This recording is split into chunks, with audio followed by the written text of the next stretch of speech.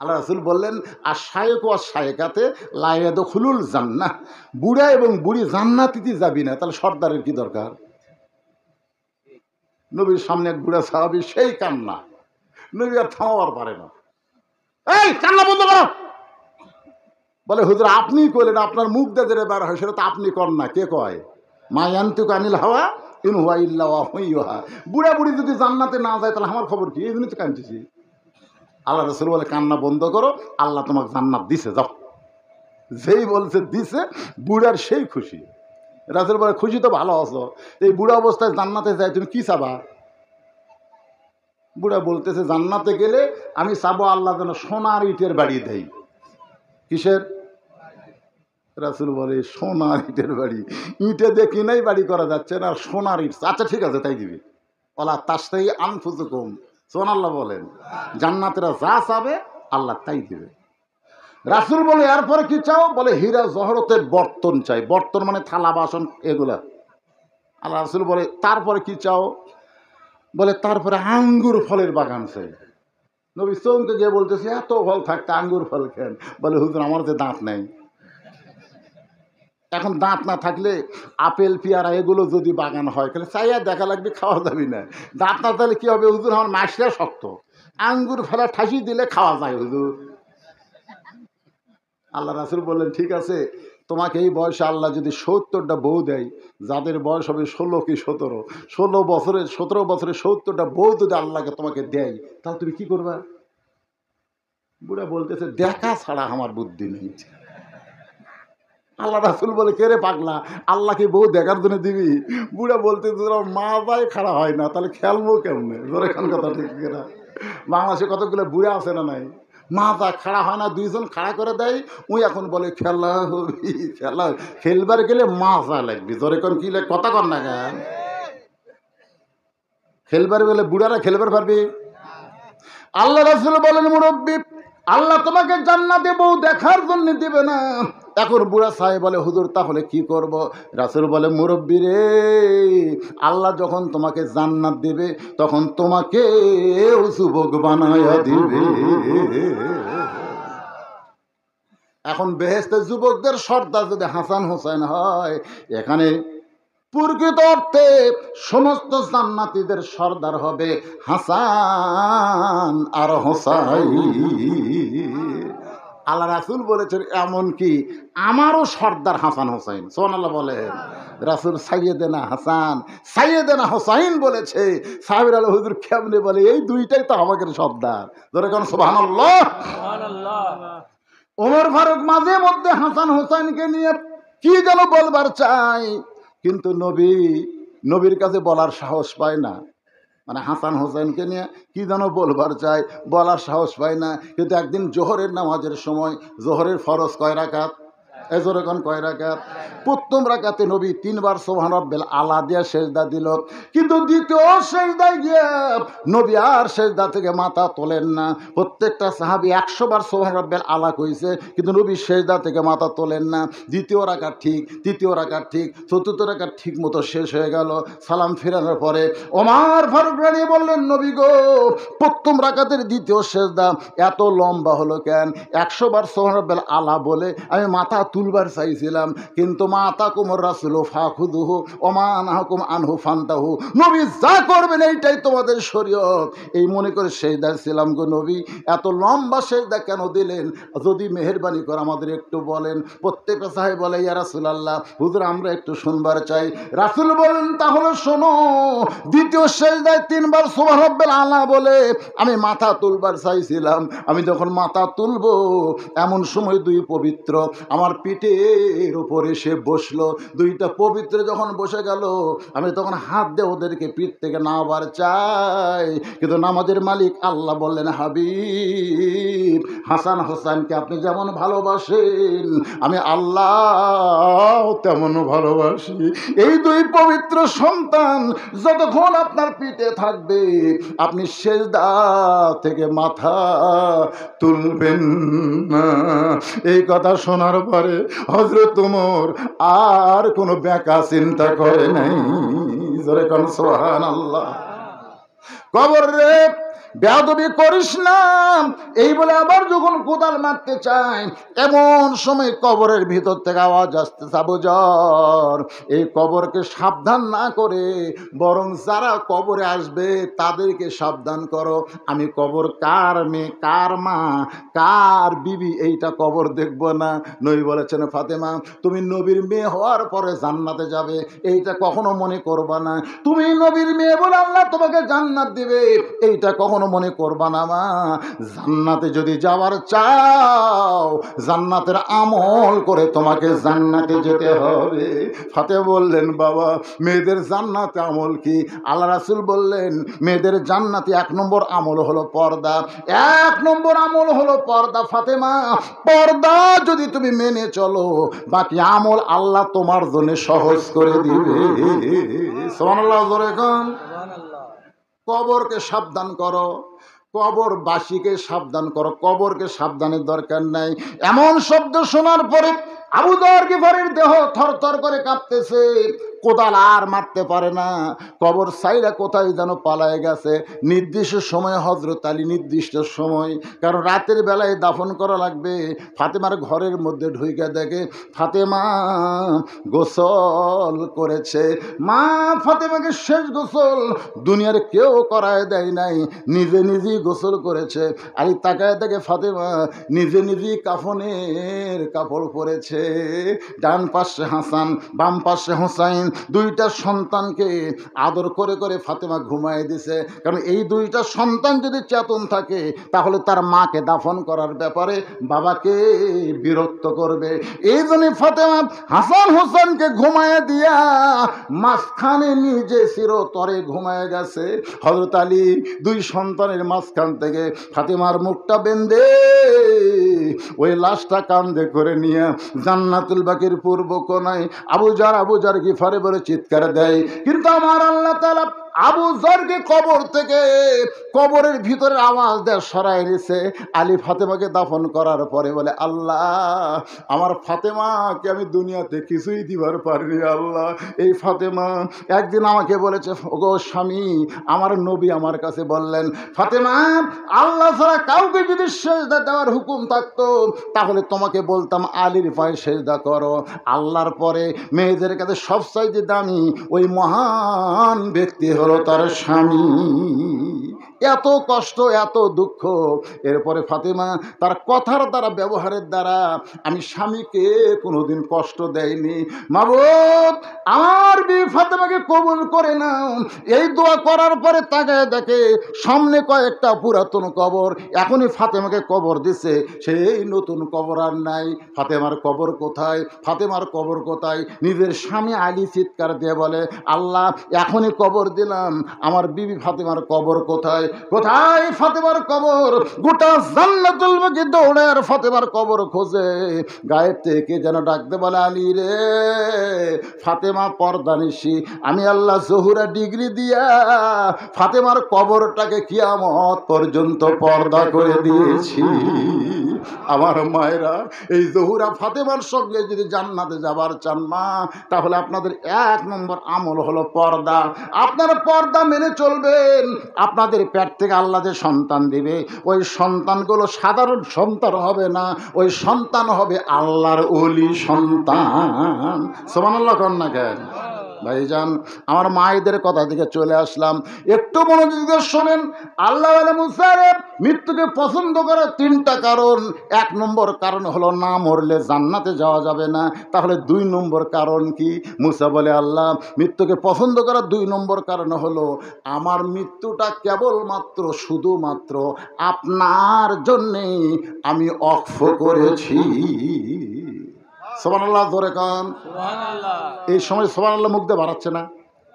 আচ্ছা আপনি বলেন তো, মুসা আলাইহিস সালাম কি বলল? আমার মৃত্যু কেবলমাত্র, শুধুমাত্র আপনার জন্যে। কার জন্যে? তাহলে আপনারা, আমরা মরবো কার জন্যে? বর্তমানে আমাদের যে চাল চরিত্র, আমরা আল্লাহর জন্য মরবো। এখন বাংলাদেশের কতগুলো মুসলমান বলতেছে জীবন বাঁচান ফরজ। আপনারা বলেন তো, জীবন বাঁচান ফরজ না ঈমান বাঁচান ফরজ? ঈমান বাঁচান যদি ফরজ হয়, লা সালাতা লা ঈমান, যার নামাজ নাই তার ঈমান নাই। কারা কারা ফজরের নামাজ পড়বেন না, এ ওয়াজ শোনার পরে কারা কারা আজকে ফজরের নামাজ পড়বেন না, তারা একটা হাত তোলেন তো দেখি। এবার এই দুটা উঠলো কে রে? এই দুটার কি হবে রে?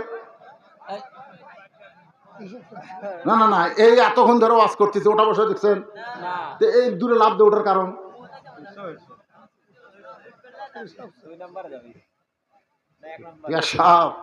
হ্যাঁ কি কয়? আর ডায়াবেটিস, আমার ডায়াবেটিস। ডাক্তার আমার কইছিল 17 সালে, কোন সালে? এখন যাচ্ছে কত সাল? 24 সাল। 17 সাল আমাকে বললো, হুজুর আপনার ডায়াবেটিসের যে অবস্থা, পেশাব যদি চাপে রাখেন তাহলে আপনার কিডনি ড্যামেজ হয়ে যাবে।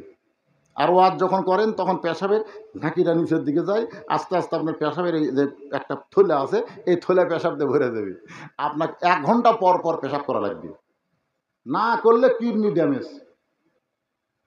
আমি চিন্তা করলাম, কে রে, ওয়াজ করতে করতে যদি পেশাব লাগে আর 1 ঘন্টা পর যদি পেশাব করে যায়, জনগণ হাত দাওয়াত দেবে। ওটা 1 ঘন্টার বক্তারে, ওই তো 1 ঘন্টার বেশি পারবি না। আমি বললাম, ভাই দেখেন তখন ওষুধপত্র আছে কিনা, তাহলে ওয়াজ তো বাদ দেওয়া লাগবে, দরকার হলে বাঁচার জন্য ওয়াজ বাদ দেন, অসুবিধা কি? আর আপনি চুক্তি করবেন 1 ঘন্টা ওয়াজ কর্ম, তার কিন্তু সমস্যা নেই। আসলে প্রথম এই ডাক্তার বলার প্রথম দিন আমি মাহফিলে গেলাম, মাহফিলে যাওয়ার পরে সত্যি ভাই ডাক্তারের কথা মতোই 1 ঘন্টা পর আমার এই জায়গায় কিটকিট করতেছে। আমি বললাম, তাহলে এখনই তো সভাপতি মাইক দেওয়া লাগে, কি হবে আজকে? এই চিন্তা করে আস্তে করে আমার কোরআন শরীফের সামনে এভাবেই আমি কোরআনে হাত দিলাম, এইভাবে হাত দিয়ে বললাম, অনুনাজ্জিলু মিনাল কোরআনি মা হুয়া শিফাউ ওয়া রাহমাতুল লিল মুমিনিন। আল্লাহ তুমি বলেছো মুমিনদের জন্য আমি কোরআনকে যাবতীয় রোগের শেফা হিসেবে নাজিল করছি। তাহলে আমার ডায়াবেটিস, তোমার কোরআনের আলোচনা হচ্ছে, 1 ঘন্টা পর কিটকিট করতেছে, তুমি বন্ধ করে পারবো না? এই কথা বলে আমি মনে মনে করলাম, পেশাব লাগলে আমি আর সোপাতি কর্ম যা হয় হবে, কিন্তু আমি উঠতে পারবো না, এই জনগণ আমার ব্যারাম আমি জানাবার পারবো না।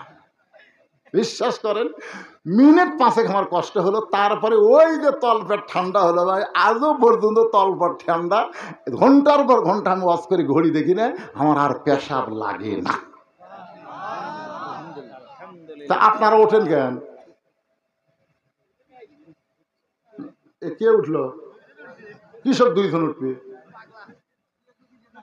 না? ওয়াদের ইন্নালিল্লাহর তাফসীরে কেবল আবার টান দিচ্ছি, 3টা কারণের মধ্যে 1 কারণ শেষ, না মরলে জান্নাতে যাওয়া যাবে না। জোরে কোন কথা ঠিক কিনা? আর মরতে হবে মুসলমান হয়ে।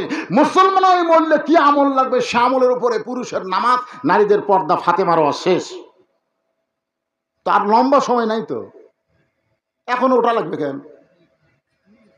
শেষ পর্যন্ত যতক্ষণ করি 10-20 মিনিট শুনবেন, তাহলে ওয়াজটা বুঝতে সহজ হবে বাজান। না ঘন্টা খানিক না, যতক্ষণ করি একটু মনোযোগ দিবেন।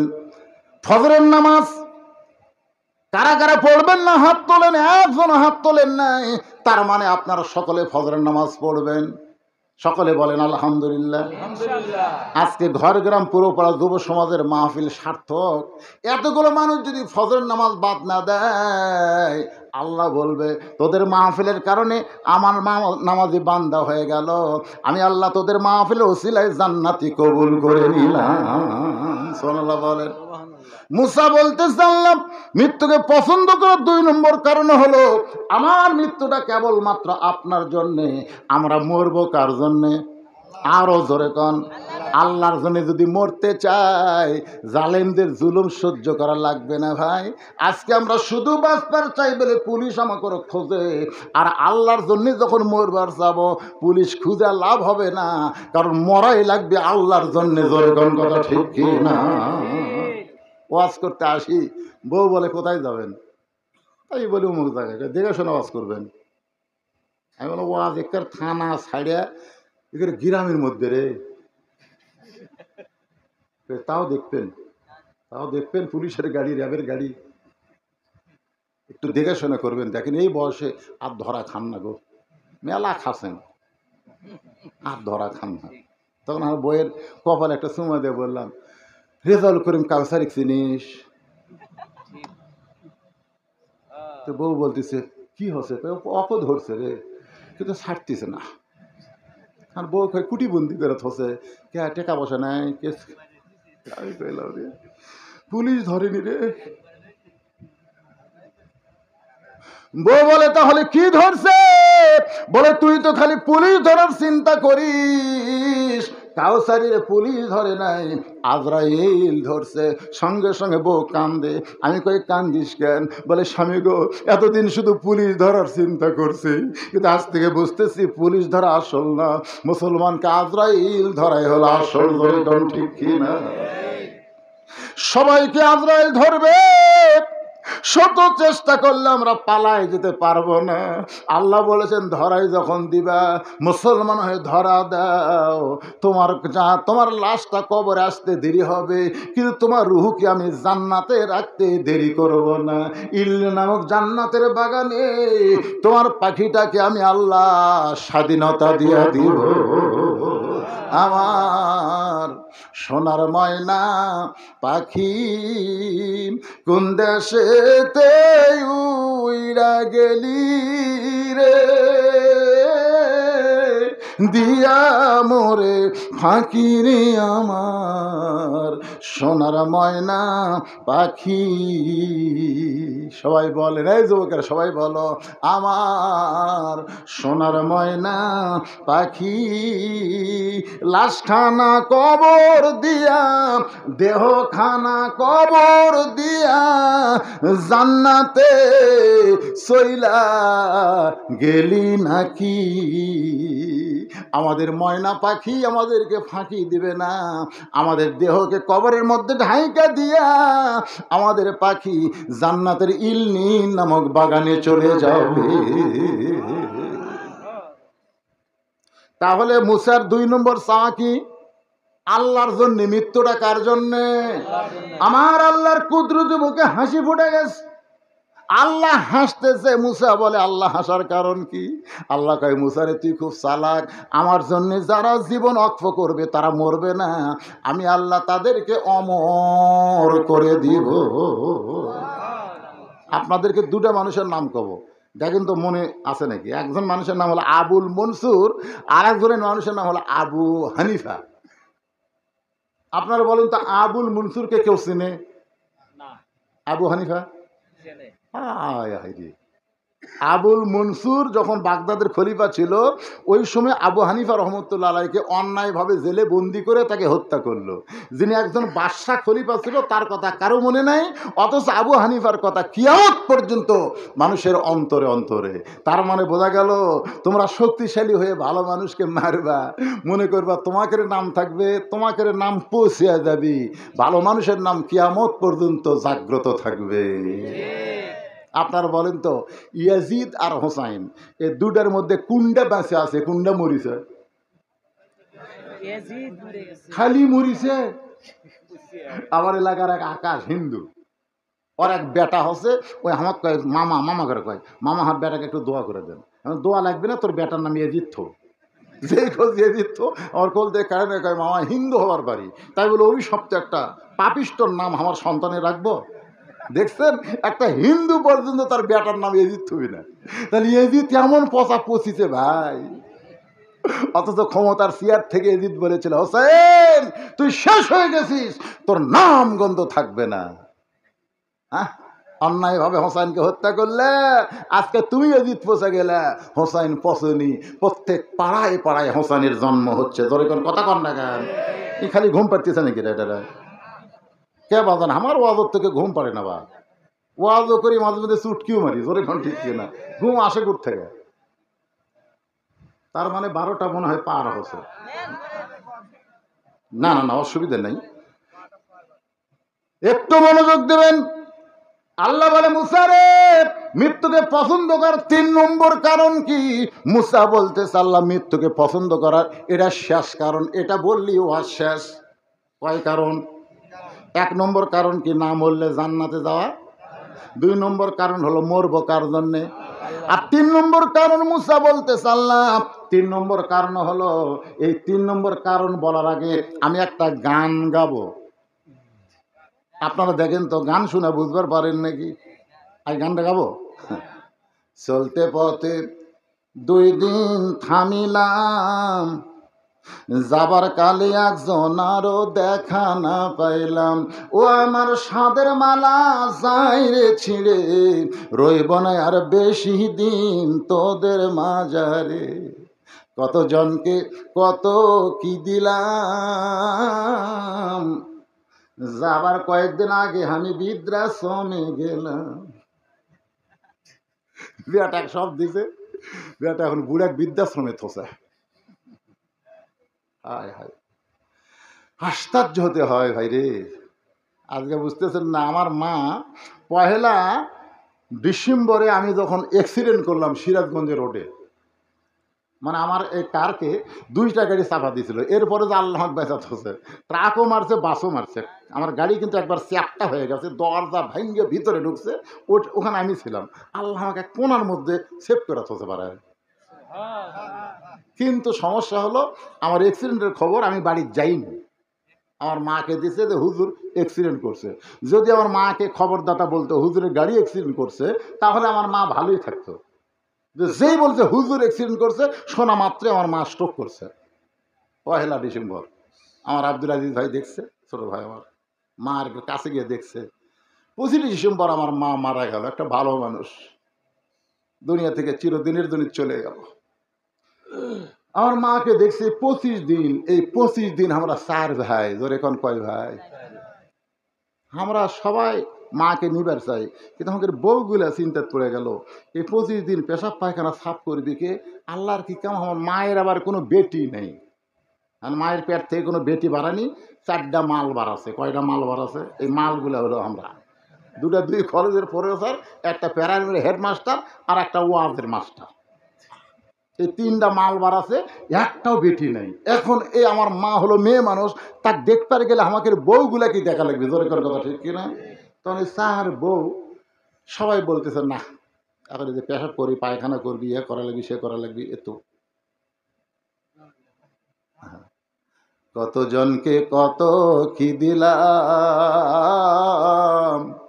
যাবার কালে একজন আরে সাথে না পাইলাম। আমি মায়ের কপালে চুমো দে বলি, মা আমি একজন ছেলে, কি করব? দুনিয়া থেকে তুমি ভিক্ষুকের মতন মানুষের করুণা নিয়ে তোমাকে যাওয়ার দেব না।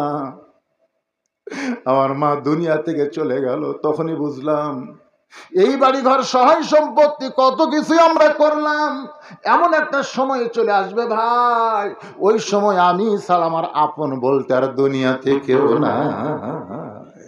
চলতে পথে 2 দিন থামিলাম, যাবার কালে একজন আরো দেখা না পাইলাম। একটু মনোযোগ দিয়ে শোনেন। মুসা বলতে আল্লাহ মৃত্যুকে পছন্দ করার 3 নম্বর কারণ হলো, দুনিয়া ক্ষণস্থায়ী আর আখিরাত হলো চিরস্থায়ী। যেই দুনিয়াতে আমরা আছি, এই দুনিয়া হলো ক্ষণস্থায়ী। জোরে কোন কি স্থায়ী? আর আখিরাত। এখন আপনারা বলেন তো, আপনাদের কাছে আমার প্রশ্ন, চিরস্থায়ী ভালো না ক্ষণস্থায়ী ভালো? কোনটা ভালো? ক্ষণস্থায়ী। যতই সাইজ হোক ভালো না। সাইজ আছে, ভালো না। সাইজ আছে কি না? ভালো না। সাইজ, পরিমণির সাইজ আছে, ভালো না। শাকিব খানের সাইজ আছে, ভালো না। কিন্তু মামুনুল হকের সাইজ না থাকলেও ভালো। দুনিয়া হচ্ছে পরিমণি শাকিব খান। মাঝে মধ্যে সাকিব আল হাসানও হতে পারে, যাই বিসমিল্লা কোয়ার পারে না, ওই আবার নেতা হচ্ছে, প্রধানমন্ত্রীর কাছে ভাষণ দেওয়া লাগবে না, ছক্কা মারলি চলবি। যাক, একজন আমার কইছে, হরুকুর রাজনীতির ওয়াজ করবেন না। আজকে আমি রাজনীতি করিও নি, করছি সব খালি কান্দাকাটির ওয়াজ, পর্দার ওয়াজ, মায়ের ওয়াজ, নামাজের ওয়াজ, এগুলো ওয়াজ করছি। আজ কোনো রাজনীতির ওয়াজ করিনি।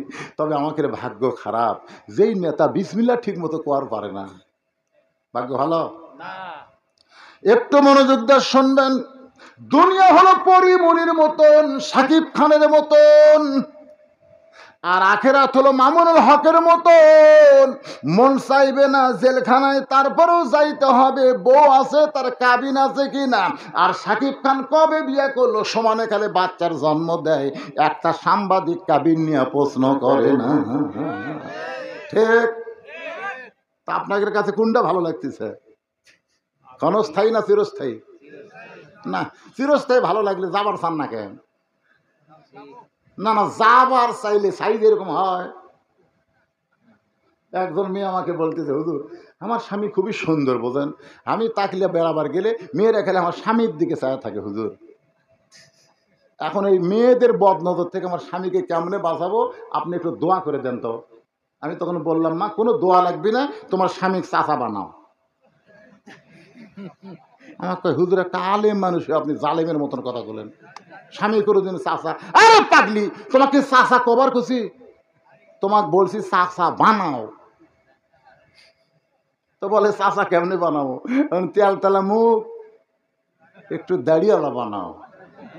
স্বামীর পাও ধরে ধরে ওই দাড়ি আছে, দাড়ি এখন 4 আঙ্গুল আছে।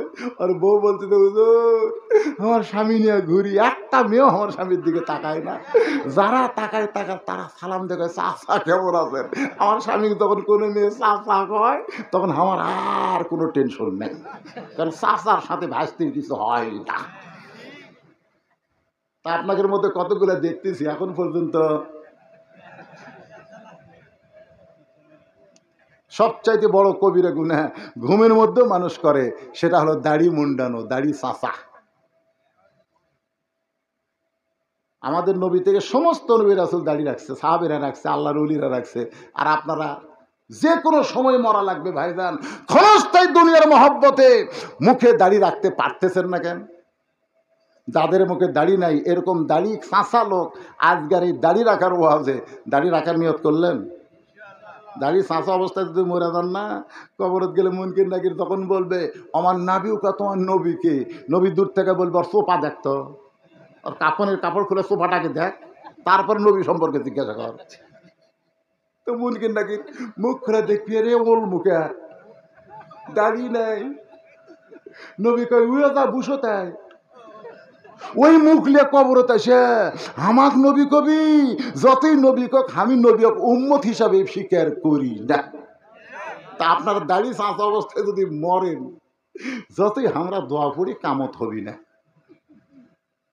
আর বেনামাজি হয়ে যদি মরেন, 1 নম্বর ধরা খাবেন। প্রথম প্রশ্ন হচ্ছে মান রব্বুকে। এই প্রশ্ন যখন কবরে করবে, আপনি শুয়ে থাকবেন, আপনার নামাজ আপনার পক্ষে দাঁড়িয়ে বলবে, এই মুনকির নাকি, কাক রব সম্পর্কে প্রশ্ন করতেছিস? দৈনিক 5 ওয়াক্ত নামাজ পড়ছে, কত বছর নামাজ পড়ছে তোরা জানিস? মুনকির নাকির কয়, আমরা কেমনে জানবো ভাই? নামাজ বলতেছে 47 বছর, দৈনিক 5 ওয়াক্ত হলে কত ওয়াক্ত হয়? মুনকির নাকির বলতে, আমার কাছে তো ক্যালকুলেটার। তো ক্যালকুলেটার নাই তো প্রশ্ন করিস কে? এই মসজিদে ঢুকাই নামাজের নিয়ত করে বলছে আলহামদুলিল্লাহি রব্বিল আলামিন, সেজদাত গিয়া বলছে সুবহান রব্বিল আজিম, রুকুতে বলছে সুবহান রব্বিয়াল আজিম, সেজদাত বলে সুবহান রব্বিয়াল আলা। তাহলে কতবার রব্বি রব্বি কইছে ক? মুনকির নাকির বলছে প্রত্যেক ওয়াক্তে, প্রত্যেক রাকাতে কতবারে। তাহলে আবার মান রব্বুকা ভাগতে শুরু করছো নাকি? মুনকির নাকির বলে, আল্লাহ তোমার বান্দাকে মান রব্বুকা প্রশ্ন করার সাথে সাথে নামাজ যে খেপা খেপছে, আমরা কি করি? আল্লাহ কই যে নামাজ নিয়ে কবরে যাচ্ছে, আর 1 নম্বরের উত্তর হয়ে গেছে। তা আপনারা বেনামাজি হয়ে মরবেন না নামাজি হয়ে মরবেন? মাশাআল্লাহ। আর 2 নম্বর হলো আমা দিনুকা, তোমার দিন কি? দিন মানে কি? ইসলাম। আকিমুদ্দিন, কোরআনে আল্লাহ বলেছেন আকিমুদ্দিন আকিমুস সালাত, দিন কায়েম করো, নামাজ কায়েম করো। দিন যদি কায়েম করতে চান তাহলে শুধু কোরআনের ওয়াজ শুনলে হবে না, এর কোরআন বিজয়ের আন্দোলনের সৈনিক হওয়া লাগবে। জোরে কোন ঠিক কিনা? আবু জেহেলের মতন সারা রাত কোরআন দাঁড়িয়ে দাঁড়িয়ে শুনছে, আর সকালবেলা কোরআনের বিরুদ্ধে কর্মসূচি দিয়েছে, এমন কোরআন শুনলে হবে না। কোরআন বিজয়ের আন্দোলনের সৈন্য যারা হবে, দিন কায়েম করার জন্য বাংলাদেশে যারা চেষ্টা করবে, এই দিন কায়েমের আন্দোলন তাদের 2 নম্বর প্রশ্নের উত্তর হয়ে যাবে। আল্লাহ তাআলা আমাদের সবাইকে কবুল করুক, যুব সমাজের মাহফিলকে কবুল করুক। বিনা আদায়ের একটা মাহফিল, যেখানে কোনো কালেকশনের চিন্তা নেই, বক্তাকে চিন্তা করা লাগে না, কমিটির লোকেরা এই চিন্তা মাথার মধ্যে রাখে না। জোরে কোন কথা ঠিক কি না ভাইজান? এই গরমের ভিতরে আপনারা ঘামতেছেন, ফ্যান দিছে, ওদের একটা গজল নাই, পুত্রের শোকে কান্দে ফাতেমা, কলিজার মধ্যে আগুন জ্বলতেছে, বাহিরের বাতাসে গেরা ঠান্ডা হয়, একটা গজল আছে, পুত্রের শোকে ফাতেমা কান্দিছে। যাই হোক, যখন হোসেন মারা গেছে তখন ফাতেমা দুনিয়াতে ছিল না, এগুলো হচ্ছে বানোয়াটি গজল। তো ভিতরে আগুন জ্বলতেছে, বাইরের বাতাসে ঠান্ডা হয়। এই গরমের মধ্যে আপনারা দীর্ঘ সময় ওয়াজ করছেন, আমিও করেছি, আপনাদের শুনাইছি। আল্লাহ পাক আমাদের সবাইকে, বক্তা শ্রোতা, আমার মা বোনের সবাইকে কবুল করুক, সকলে বলে আমিন। আস্তাগফিরুল্লাহ। একজনও উঠবেন না, মোনাজাত করবো আমরা, একজনও ওঠার দরকার নেই। আর দোয়া মুখলি বা দোয়া হচ্ছে মাতা। আস্তাগফিরুল্লাহ আল্লাযী লা ইলাহা ইল্লা হুয়াল হাইয়ুল কাইয়্যুম ওয়া আতুবু ইলাইহি।